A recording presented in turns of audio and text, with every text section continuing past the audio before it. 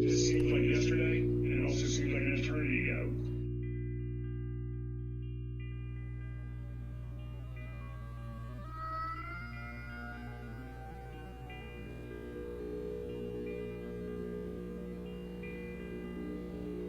This is unprecedented. This is crazy times.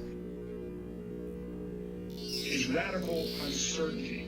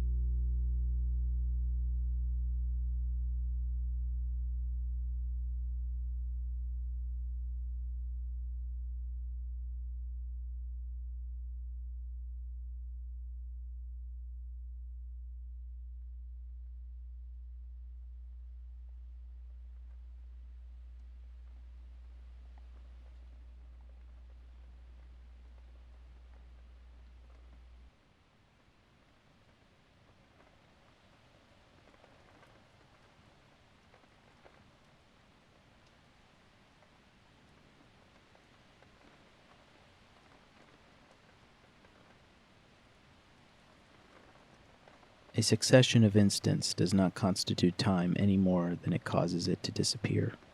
It indicates only its constantly aborted moment of birth.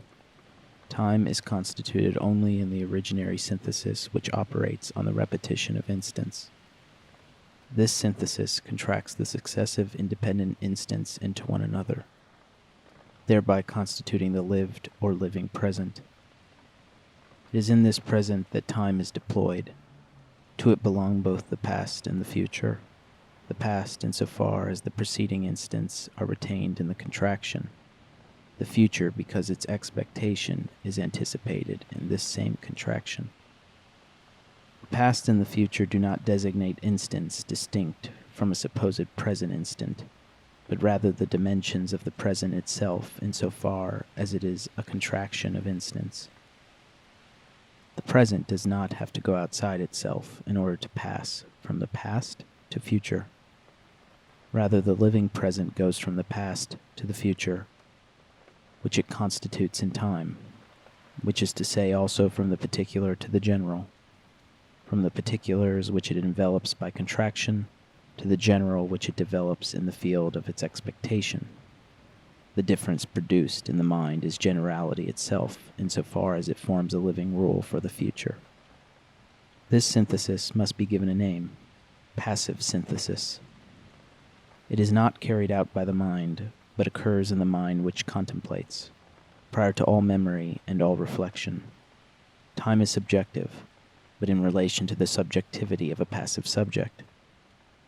Passive synthesis, or contraction, is essentially asymmetrical. It goes from the past to the future and the present, thus from the particular to the general, thereby imparting direction to the arrow of time. Passive synthesis constitutes our habit of living, our expectation that it will continue, that one of the two elements will appear after the other, thereby assuring the perpetuation of our case. When we say that habit is a contraction, we are speaking not of an instantaneous action which combines with another to form an element of repetition, but rather of the fusion of that repetition in the contemplating mind. A soul must be attributed to the heart, to the muscles, nerves, and cells, but a contemplative soul, whose entire function is to contract a habit.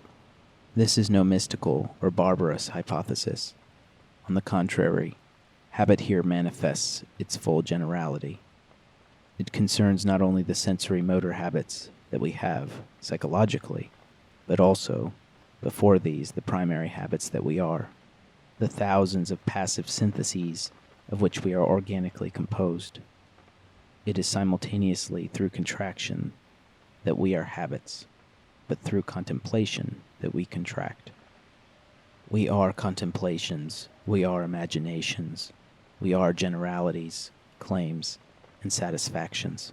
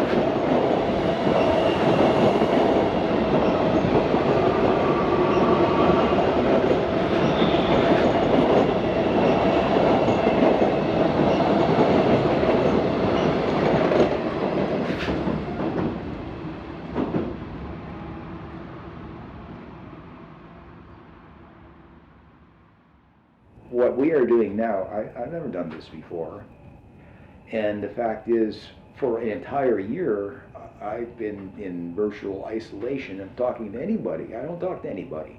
I don't have any friends. Well, why not, Harry? Well, I can't find anybody I want to be friends with, so there. I have two. I write to Grace, and Chloe is kind of a friend, and the few friends that I've had in my life, they've passed away. I mean, the close friends. But that's another matter. See, it's not that I don't mind. I'm sort of like, it's okay. I don't think I really need a big coquetry of people around me. It was fun while it lasted, but I'm just as happy to be away from that. You know, it was part of my work life. But what we're doing now is something entirely different. And I realize that this really does have a bearing on tying up the loose ends, because it's bringing to life or letting me see, it's sort of like there's a spotlight in the darkness, and it's different, pointing at different things. Maybe at the end everything becomes illuminated and it's all a big floodlight turns on, and then you okay, thank you. I'm going to stay with the body for another moment, and then okay. We feel the vulnerability of the body, but we also feel that the body protects us, and the body protects you from the exterior world. And then there are things that start to happen inside the body. So I was just wondering, if you already have such a animus relationship with your body, and then something happens where your body, say, fails you, that just gives you more reason to be pissed off at it in a way, right? Or well, normally or usually, if I were to say, if I'm being honest, if I say this, I don't even think about the body very much. It's only when something is wrong with it, then you're likely to notice that, oh my God, am I having a heart attack? No, it's just little indigestion, you know, it's okay, it's okay. I have a great respect for the body. Even in its inhibited state, it has served me well. I'm really grateful that even after 81 years here,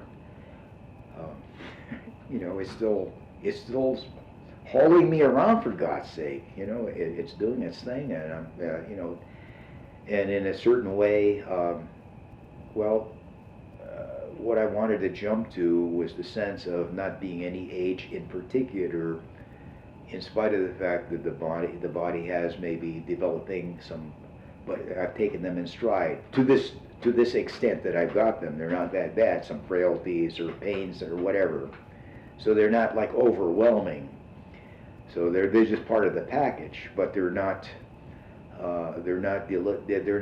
harmful. Of the overview, the body is still in pretty good shape, it seems, compared to other people that are already dead, especially. Of course, they've moved on to maybe better bodies if they've come back already.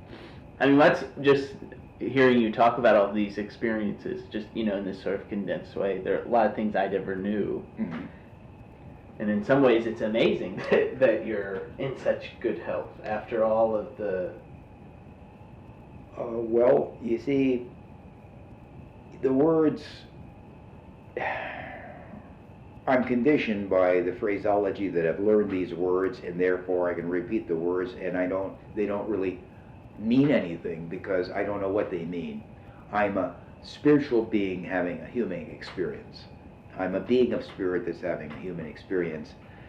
In my teaching, I'm going back to one of my teaching, and I used to do a unit on self-awareness, and I was part of a progressive curriculum, and it would begin with self-awareness, and it would end with job awareness. And integrating the two, and this was my own curriculum that I designed. I left it there because they're not using it anymore. Things have gotten. But anyhow, in order to figure out what kind of job would be suitable for you, you have to know about yourself. You have to know whether you have an aptitude to use your hands, you want to use your head. What do you want to do? Well, I just need a job because I need to earn some money. Well, that's short-sighted. I understand sometimes you got to take any kind of job at all, but on the other hand, it's better if you can find a job that suits you and to which you are suited based on your unique attributes. So that's where self-awareness came in at the start. So my approach to self-awareness was to design a model, a triangle with 3 circles: physical, mental, and emotional. Body, mind, and soul. And in the middle, spirit. And spirit is the energy source. The energy source. So that's what I mean by spirit. Being this energy source that's the spirit, and it radiates outward, and it manifests through what you do, which is the physical, to what you think, which is the mental, and to what you feel, which is the part I associate with the soul, the emotional part. If there is an emotional part, it's located anyhow. And the whole point of knowing that is who's in charge of you. You have to be in charge of yourself. We are obligated to be in charge of ourselves in life. And that translates down, you have to be in charge. And all they care about on a job is how you act. Can you show up on time? Can you keep your pants zipped? Can you, be appropriate in public company? So that's all that work there. They don't give a shit. You can feel like a piece of shit, but you still have to get your body there, and the body has to function. So you, on the other hand, have to understand that, you have to be in charge of what you're thinking and how you're feeling, because those things have a bearing on how you're going to act. You have to be in charge of your energy. So that's why it started on that kind of abstract, because it's foundational. Now I forgot why I was even talking about any of that. But I don't know why I was talking about any of that. Do you remember? What did you ask me? Oh, body, about the body. Yeah, about the body. I don't know what that ties in with the body, but that was self-awareness, becoming aware of the body as having some bearing on. You need a body in order to smoke. You can't smoke if you don't have a body, and if you're still stuck with the urge, as in that movie Ghosts, then you're up a crick, man. You gotta suck it up by hanging out with a smoker. Well, why don't we take a short break? Good idea. And take a long break. What time is it? I do have a...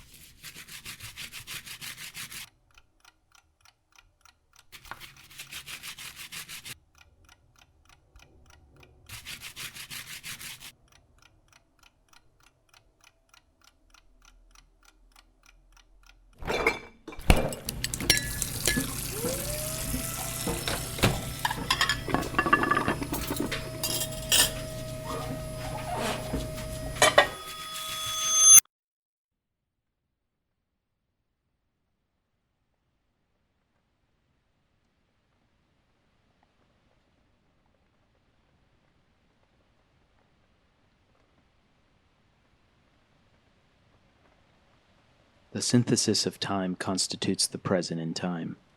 It is not that the present is a dimension of time. The present alone exists. Rather, synthesis constitutes time as a living present, and the past and the future as dimensions of this present. This synthesis is nonetheless intratemporal, which means that this present passes.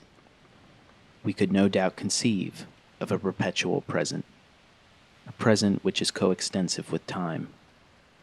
It would be sufficient to consider contemplation applied to the infinite succession of instants, but such a present is not physically possible.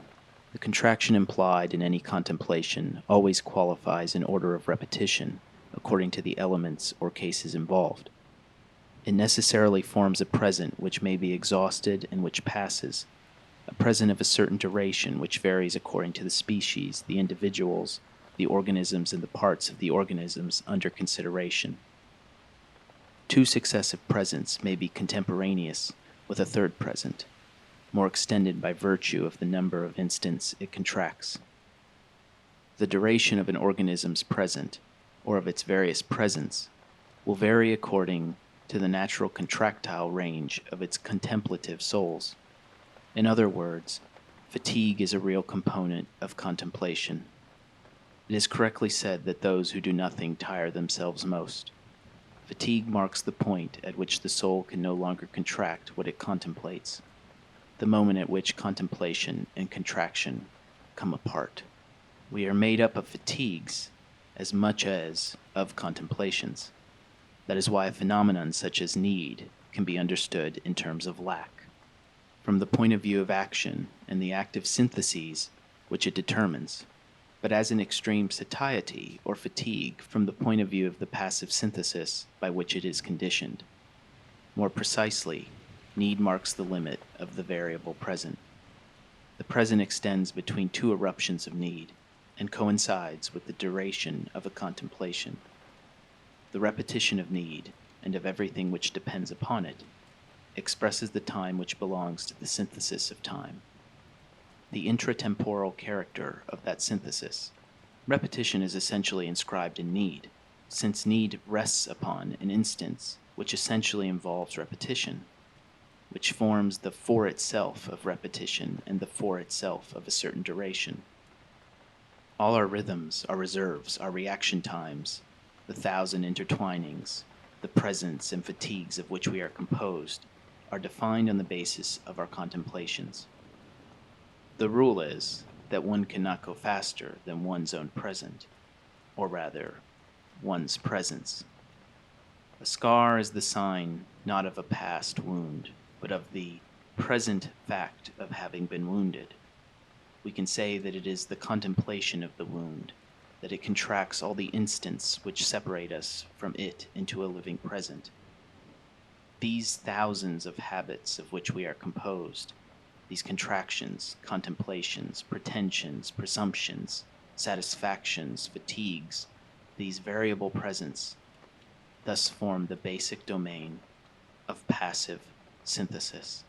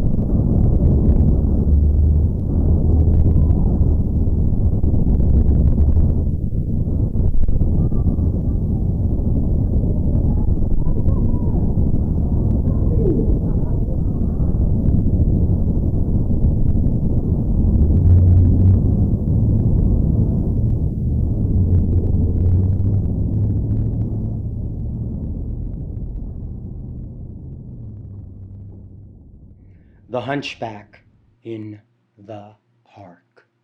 The hunchback in the park, a solitary mister, propped between trees and water from the opening of the garden lock that lets the trees and water enter until the Sunday somber bell at dark, eating bread from a newspaper, drinking water from the chained cup that the children filled with gravel, in the fountain basin where I sailed my ship, slept at night in a dog kennel, but nobody chained him up. Like the park birds he came early, like the water he sat down, and mister they called, hey mister, the truant boys from the town, running when he heard them clearly, on out of sound, past lake and rockery, laughing when he shook his paper, hunchbacked in mockery, through the loud zoo of the willow groves, dodging the park keeper with his stick that picked up leaves.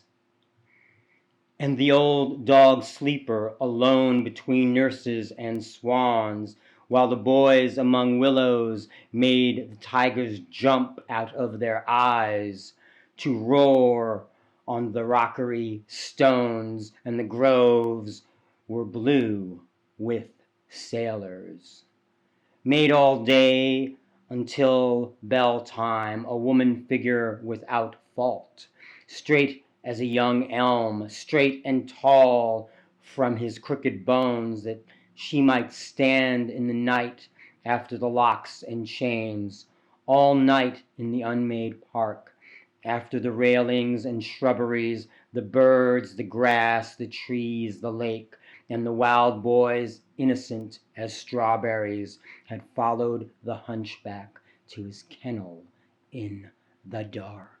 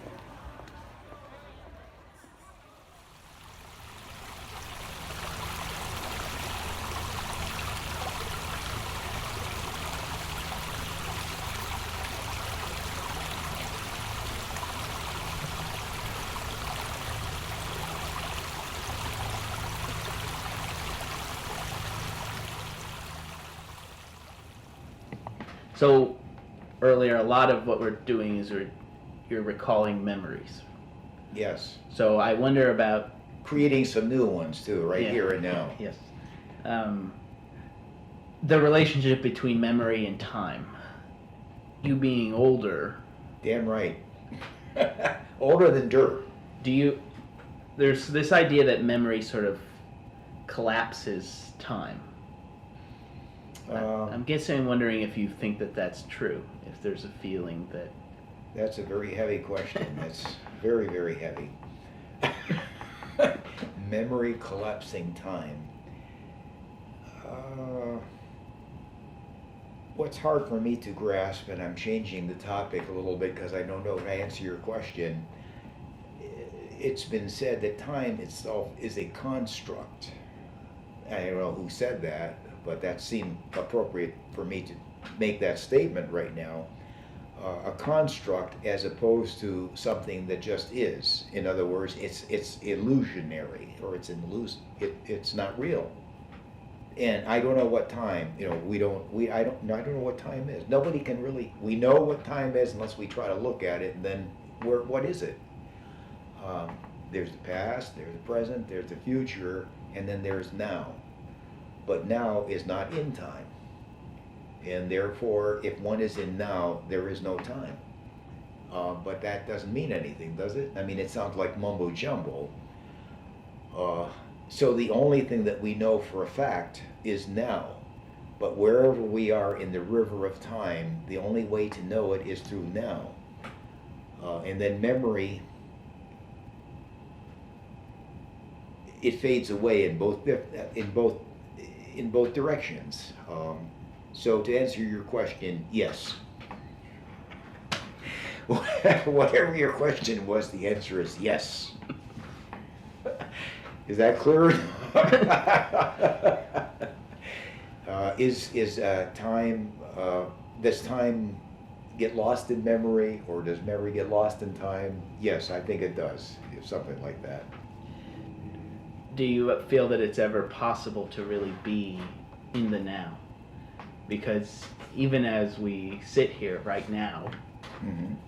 the instant that I say that, it becomes the past. Right.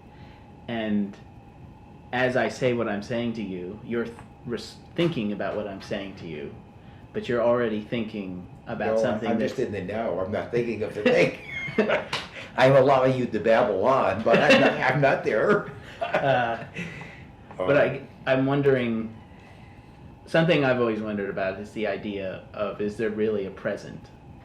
Because our present is constantly filled by the past, the long past, the historical past, but also the immediate past. So I'm wondering, you're saying the now, how does one live in the now? Moment by moment. And that reminds me of another, I don't know how this applied to the unit, maybe not in self-awareness, but talking about the past and the present and the future, and then the concept of now. And this is probably influenced by, we were talking about people that influenced you in your life. Well, the book Be Here Now, and Ram Dass, who is one of my influences, who wrote that book called Be Here Now in the 60s. I used to draw a sequence for my classes of nows, and kind of like what I'm doing here, going on and on and on. And the fact is, if one is here now, and then we are in the next now that comes along, we are advancing in time, but we're not aware of it because we're at the same time, we're simultaneously in now. So there's like two different flows, and if one is in now, and that now time is more, I don't know what I'm talking about. It's like, is a wave, is light a wave or a particle? It's neither or both, or something entirely other, because we don't have words to really talk what, I don't know what they are. So even time, therefore, it has, the river of time, it seems legitimate to look at it that way, but at the same time, simultaneously, that there is this idea of standing in now, in the flow of time. So in some fashion, now is more of a state of mind than a temporal unit. So you have to have, I guess, you have to be in a different state of mind in order for now to emerge. And that's maybe where meditation comes in, or whatever Ram Dass was professing. I've never really learned how to meditate, I don't believe. I'm not too interested, I guess, in it, or I would have known it by now, maybe. But I do like to contemplate, and maybe they're related. So, but there are a lot of things that Ram Dass has talked about that go over my head. So I'm not really sure about a lot of the things that he's indicated. I'm sorry. I feel like you're allowing to babble on and end up against the wall here. So I just, since you brought up the relation, time as a river, I had mentioned the quotes thing. So I'm just going to read a quote and then you respond to the quote. I would like to hear it. Time is the substance I am made of. Time is a river which sweeps me along, but I am the river. It is a tiger which destroys me, but I am the tiger. It is a fire which consumes me, but I am the fire. That's beautiful. Did you write that? No, that's Jorge Luis Borges. Oh, well, that's an example of what I would call mysticism. I mean, that's pretty far out stuff. So that's very, very nice. If you study stuff like that, you go to the head of the class. Read it again. Will you mind? I'm sorry, it was so deep. It takes me a while to get it. Time is the substance I am made of. Time is a river which sweeps me along, but I am the river. It is a tiger which destroys me, but I am the tiger. It is a fire which consumes me, but I am the fire. Now, can you, out of that entire thing, extrapolate the essence in one? See, I'm projecting here. I'd like to hear one phrase of it again. Read it again, and I'll interrupt the part I want to hear. Time is the substance I am made of. Time is a river which sweeps me along, but I am the river. There. Read that one sentence again. Time is a river which sweeps me along, but I am the river. See, that to me in some way, I think, paraphrases this business of being in now and in the river of time at the same time. If you are the river, you are always the river. You're always now. That's the constancy. If you're in the moving part, then you're still in the now, though. So you can be in both at the same time, I guess. That's what I felt in that one little part of it. The rest of it is kind of, it adds on to that, but it's something concrete for me. I need something like that to grasp, but very beautiful. Has there ever been a moment in your life or a time in your life where you wished that you could stop time?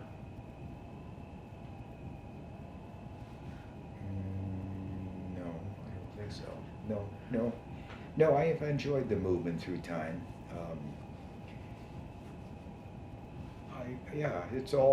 It's accumulative, so that there is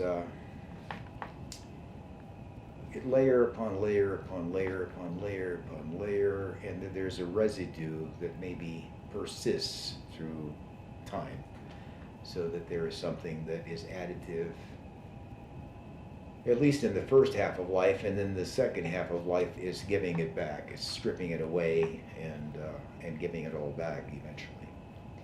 So that when one departs, ideally, that you're as free and open as you were when you first arrived. If there be, other than karmic pressures, whatever those might be.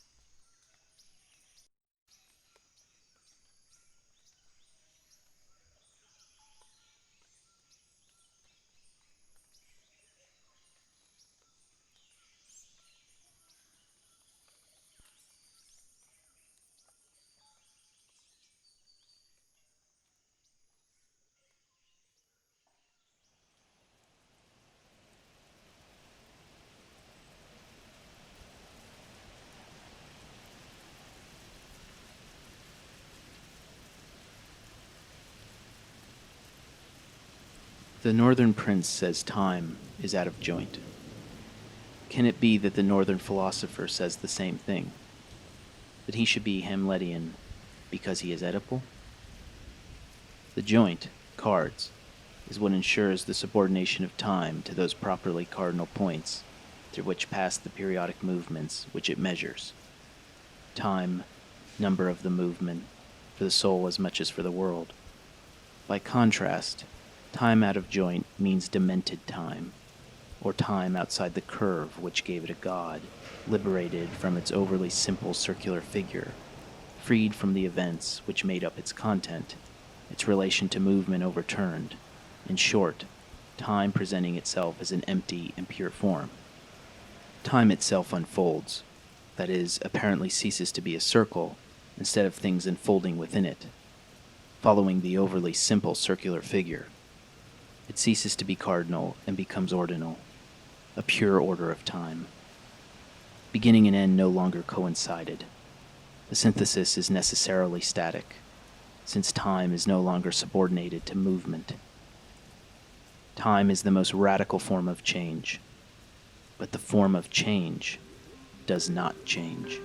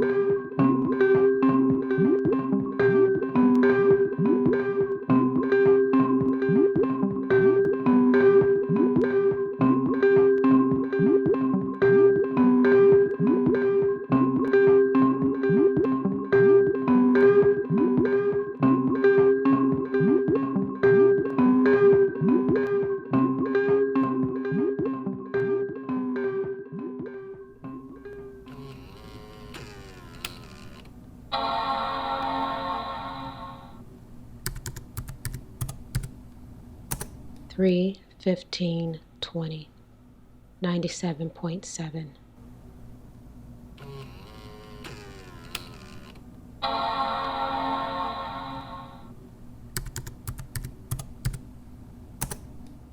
Three 16 20 97.2.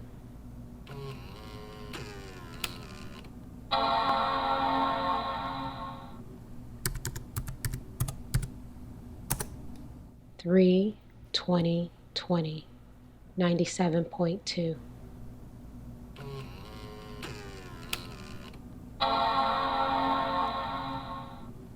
Three 23 20 97.4. Three 24 20 97.5. Three 27 20 96.7.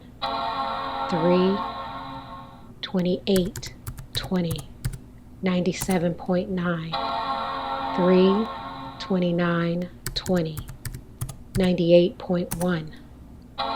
Three 31 20 98.3. Four 2 20 98.6. Four 11 20 97.4. 4 12 20 97.4.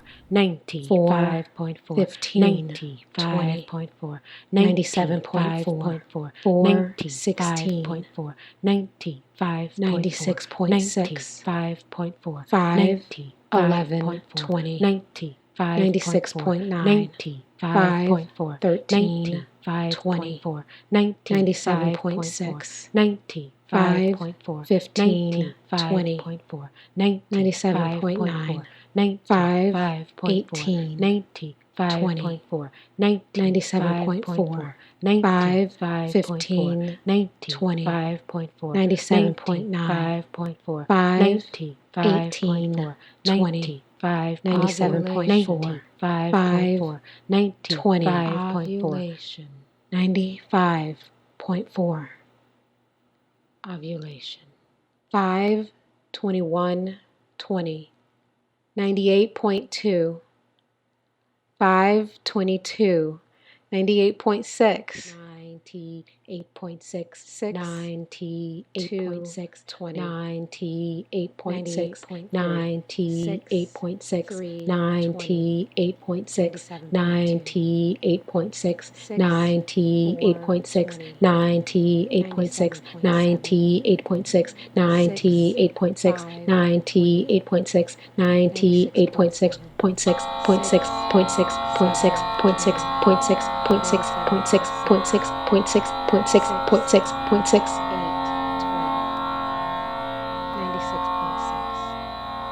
96.6, 9, 20, 97.7, 6, 10, 20, 97.7, 6, 11, 20, 96.6, 6, 12, 20, 97.7, 6, 17, 97.2, 6, 16, 96.9, 6, 20, 97.2, 6, 22, 20, 98.10, 6, 22, 20, 98.1, 6, 23, 20, 97.4, 6, 24, 20, 97.9, 6, 25,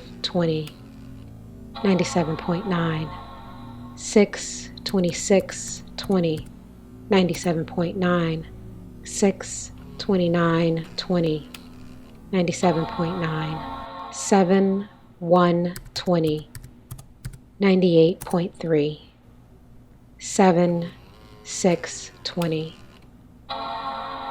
97.2.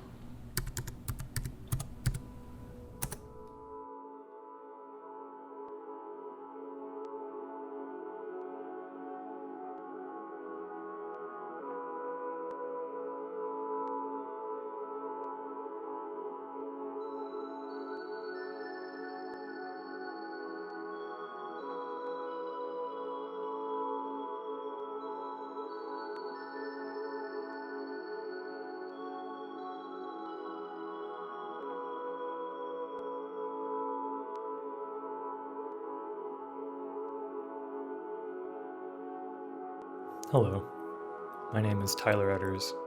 I'm an artist, and like just about all artists I know during 2020, there's been no shortage of confusion. It's been a procrastinator's haven, full of excuses, delays, emotional ruptures. I'd love to come to you with a story about how I triumphed over it and made the most of this time and was very productive, but that wouldn't be entirely true, but it's not entirely false. The first couple weeks of the pandemic were a complete haze.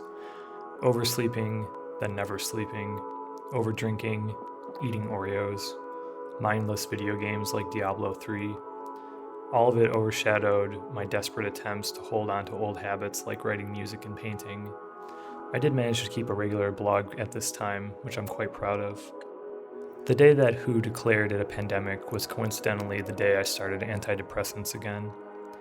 I haven't used antidepressants since my teenage years, and those were dark, dark times. They pushed me to the edge of suicide, so I flushed them down the toilet. It was a big decision to give them another shot.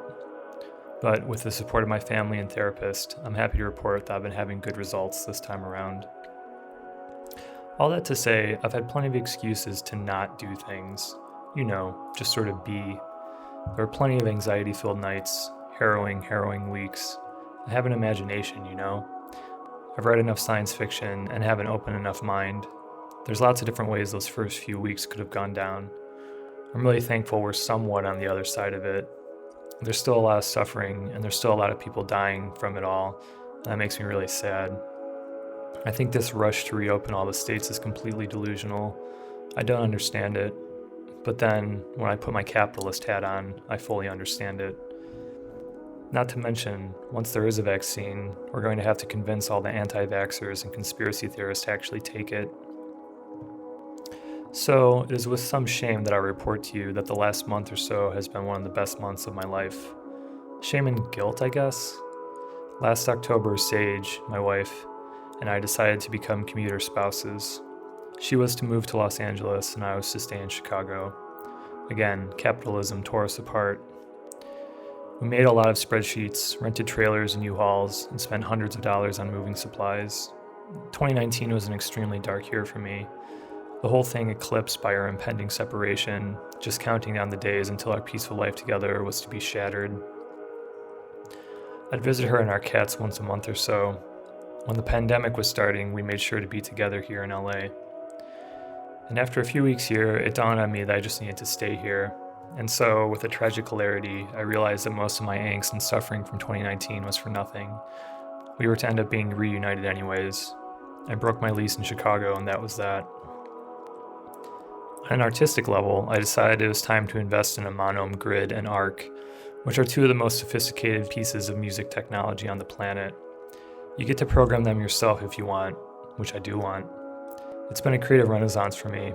I've been able to realize ideas that I haven't before.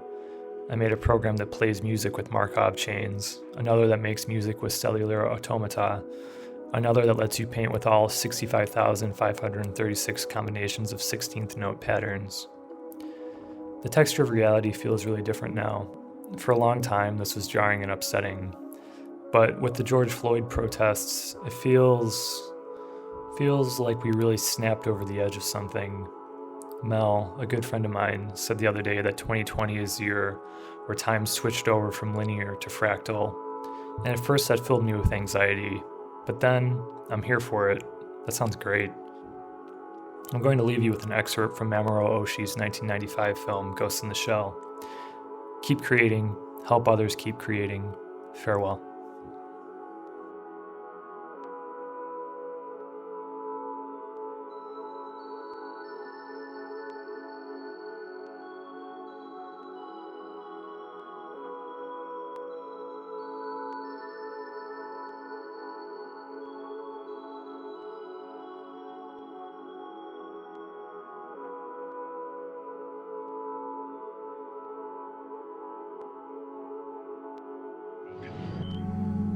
Talking about redefining my identity. I want to guarantee that I can still be myself.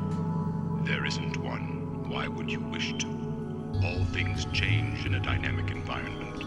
Your effort to remain what you are is what limits you.